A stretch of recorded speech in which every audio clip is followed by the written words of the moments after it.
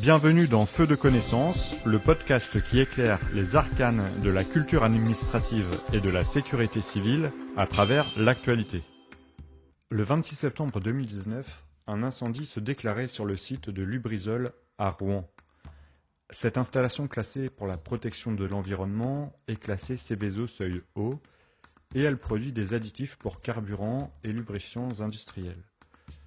Le plan d'opération interne de l'établissement avait été déclenché par l'exploitant et le préfet avait quant à lui activé le plan particulier d'intervention. Feu de connaissance revient dans cet épisode sur la définition de ces deux plans. L'incendie de Lubrizol a rappelé l'importance de s'assurer de la préparation des exploitants à faire face à un événement accidentel de grande ampleur à tout moment, même en dehors des périodes de forte activité. L'obligation d'un POI pour les établissements Seveso seuil haut s'impose désormais également aux établissements Seveso seuil bas depuis le 1er janvier 2023. Le plan d'opération interne, c'est un document opérationnel d'aide à la décision qui définit les mesures d'organisation, les méthodes d'intervention et les moyens nécessaires que l'exploitant doit mettre en œuvre pour protéger le personnel, les populations et l'environnement.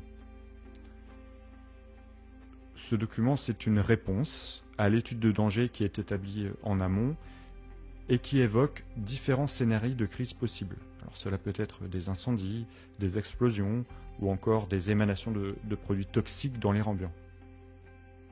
L'objectif du POI, c'est d'anticiper et d'organiser le comportement à adopter en fonction du scénario. Il s'agit d'un plan d'action qui a pour objectif d'aider à contenir et maîtriser les incidents et de définir des mesures de protection nécessaires pour le personnel, les biens, la santé publique et l'environnement. En règle générale, il contient la présentation du site et ses spécificités. Nous avons également les plans qui peuvent être utiles, alors les accès, les niveaux, les réseaux, l'emplacement des moyens de sécurité incendie. Il contient également les modalités d'organisation des secours, les scénarios d'incidents envisagés, les différents niveaux d'alerte et les moyens de transmission à l'ensemble des locaux.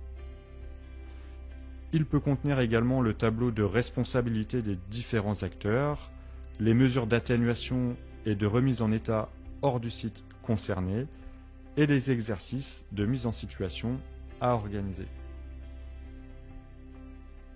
Si un incident majeur se produit, le directeur de l'établissement, l'un de ses représentants ou mandataires, est chargé de donner l'alerte et de déclencher le plan d'opération interne. Si les conséquences de l'incendie s'étendent au-delà des limites de l'établissement, le PPI, pour plan particulier d'intervention, sera également activé avec le préfet comme directeur des opérations de secours.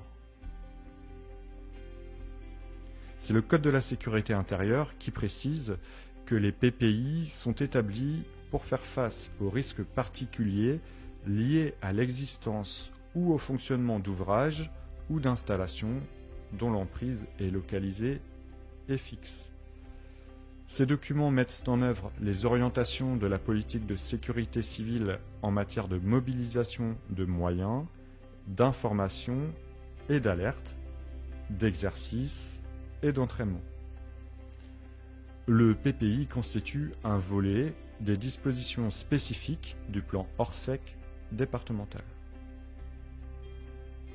Les installations concernées par un PPI sont définies soit au niveau national, soit au niveau européen quand il s'agit des établissements Seveso.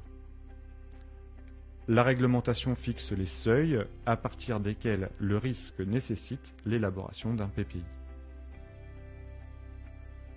Le préfet peut également élaborer ce document pour prendre en compte la situation particulière d'un site, même s'il n'atteint pas les seuils définis réglementairement.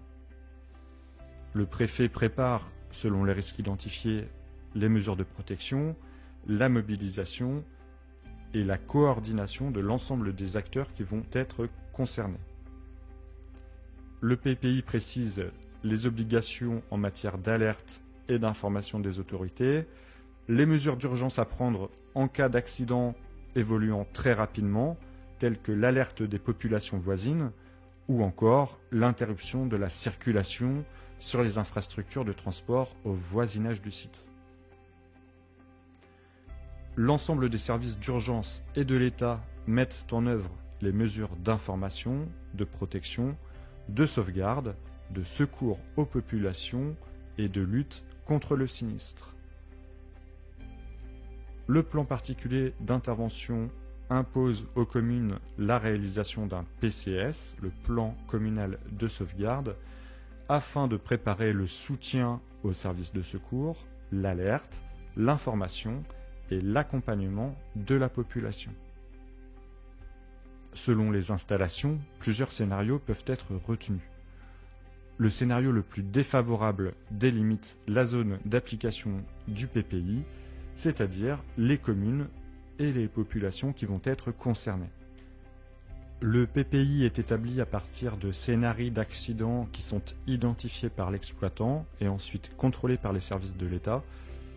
Les acteurs du département qui seront mobilisés en cas d'accident se réunissent pour élaborer les différentes mesures. Ils les déclineront ensuite dans leur organisation. À l'issue du travail d'élaboration, le PPI est soumis à la consultation des maires, de l'exploitant et de la population dans sa zone d'application. Après approbation du PPI par le préfet, une brochure d'information est diffusée à la population dans sa zone d'application.